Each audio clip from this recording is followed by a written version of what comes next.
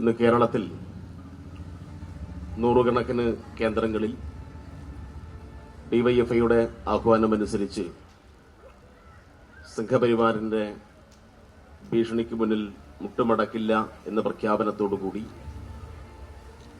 ആവിഷ്കാര സ്വാതന്ത്ര്യം സംരക്ഷിക്കാനാവശ്യമായിട്ടുള്ള പ്രതിഷേധ പരിപാടികൾ നടക്കുകയാണ്.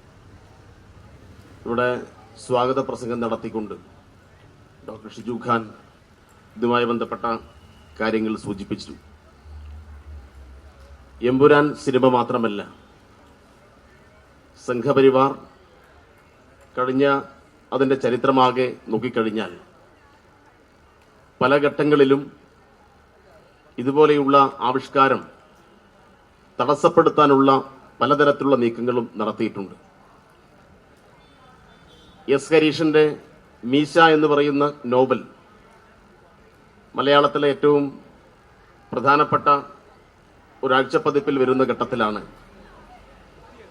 ആ നോവൽ നിർത്തിവെക്കണമെന്നാവശ്യപ്പെട്ടും നിരോധിക്കണമെന്നാവശ്യപ്പെട്ടും വലിയ കോലാഹലം സൃഷ്ടിച്ചത് ഈ സമീപകാലത്തായിരുന്നു. ഇന്ന് ഇന്ത്യയിലും കേരളത്തിലെയും ഒട്ടുമിക്ക പ്രധാന എഴുത്തുകാർക്കെല്ലാം എതിരായി പല ഘട്ടങ്ങളിലും RSS ഇതുപോലെയുള്ള സമീപനം സ്വീകരിച്ചു എന്ന് നമുക്കറിയാം. പക്ഷെ അതിനെയെല്ലാം അതിജീവിച്ചുകൊണ്ടാണ് ഇവിടെ കലാ സാംസ്കാരിക പ്രവർത്തനങ്ങൾ പുരോഗമന രാഷ്ട്രീയ ഉള്ളടക്കത്തോടുകൂടി ശക്തമായി ഈ രാജ്യത്ത് മുന്നോട്ട് പോകുന്നത്. പെരുമാൾ മുരുകൻ എന്ന് പറയുന്ന ഒരു എഴുത്തുകാരനോട് കുറച്ച് വർഷങ്ങൾക്ക് മുന്നേ നടത്തിയിട്ടുള്ള ആഹ്വാനം നമുക്കറിയാം. അപ്പൊ എഴുത്തു വേണോ കഴുത്തു വേണോ എന്ന ചോദ്യം തുടർച്ചയായി ഉയർത്തിക്കൊണ്ടിരിക്കുന്നു. അതിനൊന്നും മുന്നിൽ മുട്ടുമടക്കുന്ന പ്രശ്നമില്ല. ഇങ്ങനെയെല്ലാമുള്ള സൃഷ്ടികൾ നടത്തിക്കഴിഞ്ഞാൽ തങ്ങളുടെ ജീവൻ പോയാലും പിന്നോട്ടില്ല എന്ന് പ്രഖ്യാപിച്ചവരാണ് ഈ രാജ്യത്തെ മഹാഭൂരിപക്ഷം എഴുത്തുകാരും സാംസ്കാരിക പ്രവർത്തകരും സിനിമാക്കാരും നാടകക്കാരുമെല്ലാം. ആ പാരമ്പര്യം തന്നെ ഉയർത്തിപ്പിടിച്ചുകൊണ്ട് ഇന്ന് ഉയർന്നു വന്ന ഈ വിഷയത്തെ നമുക്ക് സമീപിക്കാൻ കഴിയേണ്ടതുണ്ട്.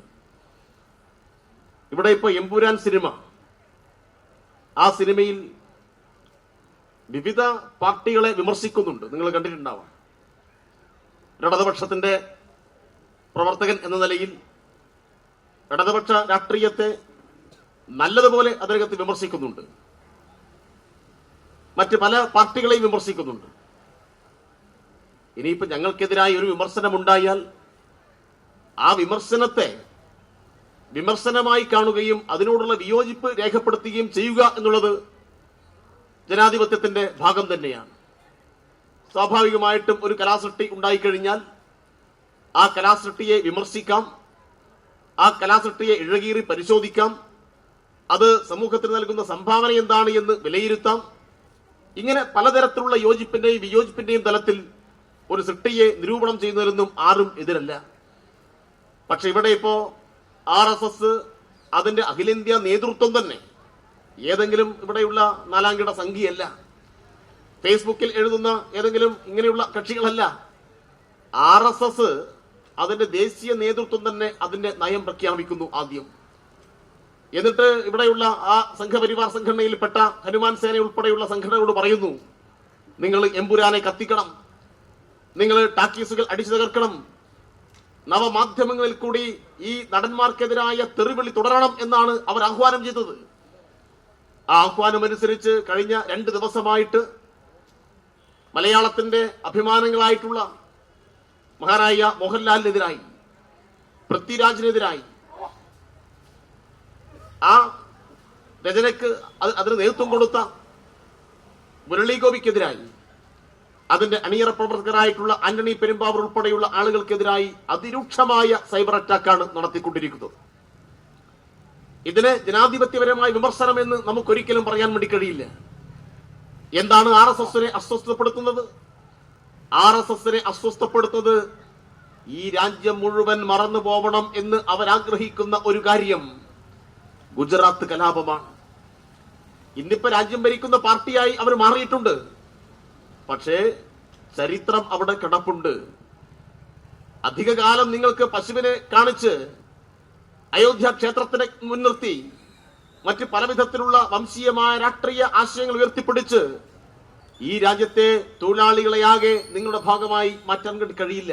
ഇതെല്ലാം തിരിച്ചറിയുന്ന ഒരു കാലം വരും. കാർമേഘങ്ങളുടെ ഘോഷയാത്രയിൽ നക്ഷത്രങ്ങളുടെ തിളക്കമാർന്ന കണ്ണുകൾ കെട്ടുപോവില്ല എന്ന് പാടിയതുപോലെ RSS മുന്നോട്ട് വെക്കുന്ന മതരാഷ്ട്രവാദ ആശയങ്ങൾ അത് ഈ നാട് തിരിച്ചറിയുന്ന കാലം വരും. എങ്ങനെ തിരിച്ചറിയും? ചരിത്രത്തിന്റെ ഓർമ്മപ്പെടുത്തലുകൾ കൊണ്ടാണ്. ചരിത്ര ഏറ്റവും വലിയ സമരായുധമാണ് എന്ന് നമ്മൾ പറയാറുണ്ട്. RSSനെ സംബന്ധിച്ചിടത്തോളം ഈ ചരിത്രം ഓർമ്മിച്ചാൽ അവർക്ക് ബുദ്ധിമുട്ടാണ്. RSSനെ സംബന്ധിച്ചിടത്തോളം 1948 ചരിത്രം പറഞ്ഞാൽ അവർക്ക് ബുദ്ധിമുട്ടാണ്. RSSനെ സംബന്ധിച്ചിടത്തോളം 1947 സ്വാതന്ത്ര്യദിനം ആഗസ്റ്റ് 15 അവർക്ക് ബുദ്ധിമുട്ടാണ്. RSSനെ സംബന്ധിച്ചിടത്തോളം ദേശീയ പ്രസ്ഥാനത്തിന്റെ ഭാഗമായി ഈ രാജ്യം നടത്തിയിട്ടുള്ള എണ്ണമറ്റ പോരാട്ടങ്ങൾ, അതിന്റെ ചോര കരിയുന്ന അധ്യായം അവർക്ക് വലിയ ബുദ്ധിമുട്ടുണ്ടാക്കും.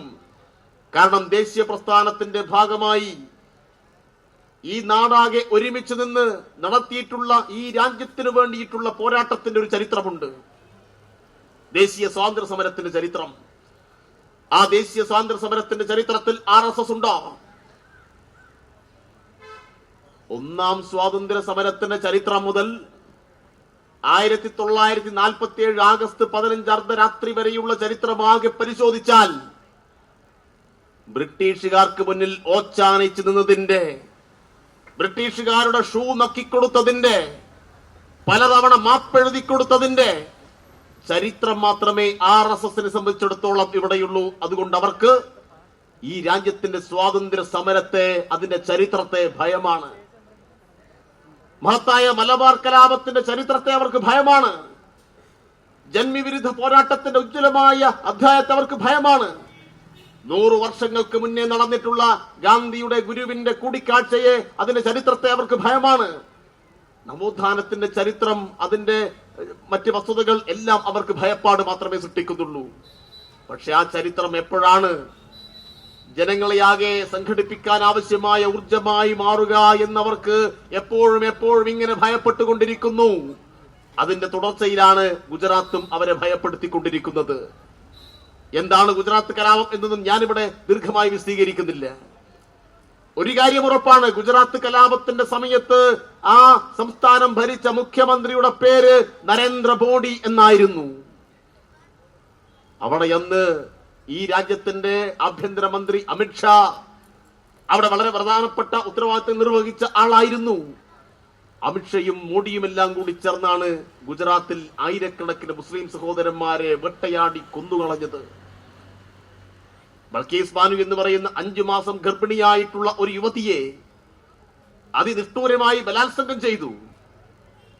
അദ്ദേഹത്തിന്റെ കൊച്ചുമകളെ ബലാത്സംഗം ചെയ്തു. കുടുംബത്തിൽപ്പെട്ട മറ്റ് പെൺകുട്ടികളെ ബലാത്സംഗം ചെയ്തു. ഇതെല്ലാം നമുക്ക് മറക്കാനാവാത്ത, സ്വതന്ത്ര ഇന്ത്യ കണ്ടതിൽ വെച്ച് ഏറ്റവും രൂക്ഷമായ, ഏറ്റവും ക്രൂരമായ, പൈശാചികമായ നരഹത്യയും അതുമായി ബന്ധപ്പെട്ട ഓർമ്മയുമാണ്. ബൽക്കീസ് ബാനുവിന്റെ വിഷയത്തിൽ സുപ്രീം കോടതിയിൽ ഉൾപ്പെടെ പോയി നടത്തിയിട്ടുള്ള നിയമ പോരാട്ടം നമ്മൾ മറന്നിട്ടില്ല. അതിന്റെ ഭാഗമായിട്ട് 11 പ്രതികൾ ശിക്ഷിക്കപ്പെടുകയാണ്. ആ 11 പ്രതികൾ ശിക്ഷിക്കപ്പെട്ട് ജയിലിനകത്തേക്ക് പോയപ്പോ അവർക്ക് ക്ലീൻ ചിറ്റ് കൊടുത്തിട്ട് സംസ്ഥാനം അതിന്റെ പ്രത്യേക അധികാരം ദുരുപയോഗം ചെയ്തു. അതുമായി ബന്ധപ്പെട്ട് വീണ്ടും കേസുകൾ നടന്നു. നമുക്കറിയാം ആ കേസ് നടത്താൻ ആര് നേതൃത്വം കൊടുത്തു? ഇന്ത്യയിലെ ഇടതുപക്ഷത്തിന്റെ സമന്വിതരായ നേതാക്കൾ നേതൃത്വം കൊടുത്തു. ഇന്ത്യയിൽ ഇടതുപക്ഷം നേതൃത്വം കൊടുത്തു. അങ്ങനെ ഇടതുപക്ഷം നേതൃത്വം കൊടുത്ത് വീണ്ടും കോടതിയിൽ അതിശക്തമായ ഫൈറ്റ് നടത്തിയതിന്റെ ഭാഗമായിട്ട് സുപ്രീം കോടതിക്ക് ഉത്തരവിടേണ്ടി വന്നു. ഗുജറാത്തിലെ BJP സർക്കാരിനോട് സുപ്രീം കോടതി പറഞ്ഞു, ചെയ്യുന്നത് തമ്മാടിത്തമാണ്, നിയമവിരുദ്ധമായ കാര്യമാണ്, തുറന്നുവിട്ട 11 ആളെയും തിരിച്ച് ജയിലിനകത്തേക്ക് കയറ്റിക്കൊള്ളണം എന്നാ പറഞ്ഞത്. അതവിടെ ചരിത്രമായി നിൽക്കുന്നുണ്ട്. ഈ എമ്പുരാൻ സിനിമയിൽ അന്ന് ആ കലാപത്തിന് നേതൃത്വം കൊടുത്ത ബാബു ബജ്രംഗി, അയാളെ കുറിച്ച് പരാമർശിക്കുന്നു. ഈ സിനിമയിലെ പ്രധാനപ്പെട്ട ഒരു കഥാപാത്രം അയാളാണ്. എന്ത് സംഭാവനയാണ് അയാൾ നൽകിയത്? നരോദ പട്ടേല് കലാപത്തെക്കുറിച്ച് പറയുന്നു. ഇങ്ങനെ നിരവധിയായ കലാപങ്ങളുടെ ചരിത്രം, അതിന് നേതൃത്വം കൊടുത്ത ആൾ നടത്തിയിട്ട പ്രസ്താവനകൾ, അതുമായി ബന്ധപ്പെട്ട കാര്യങ്ങൾ, അതെല്ലാം വീണ്ടും വീണ്ടും ഈ സിനിമ കാണുന്ന സന്ദർഭത്തിൽ ആളുകളുടെ മുന്നിലേക്ക് ഇങ്ങനെ ഒരു ചിത്രമായിട്ട് കടന്നു വരുന്നു. അത് ചില്ലറയെന്നല്ല അവരെ അസ്വസ്ഥപ്പെടുത്തുന്നത്. ആ അസ്വസ്ഥതയിൽ നിന്നാണ് ഇത് ഓർമ്മിക്കാനേ പാടില്ല എന്ന ധാരണയിൽ അവർ തുടർച്ചയായ സൈബർ അറ്റാക്ക് നടത്തി ആളുകളെ ഭീഷണിപ്പെടുത്തി.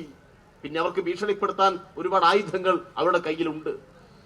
അവരുടെ കയ്യിൽ ED ഉണ്ട്, അവരുടെ കയ്യിൽ കേന്ദ്ര അന്വേഷണ സംവിധാനങ്ങളുണ്ട്.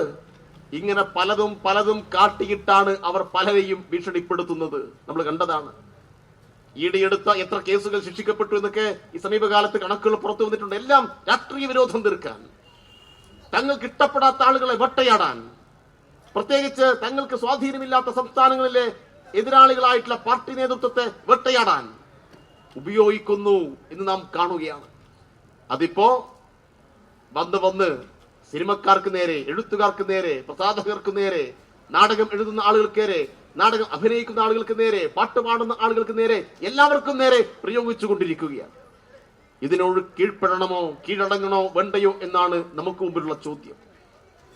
ഇതിനു മുന്നിൽ ഇപ്പോ കീഴ്പ്പെട്ടാൽ, കീഴടങ്ങിയാൽ പിന്നെ രാജ്യം ബാക്കിയുണ്ടാവില്ല.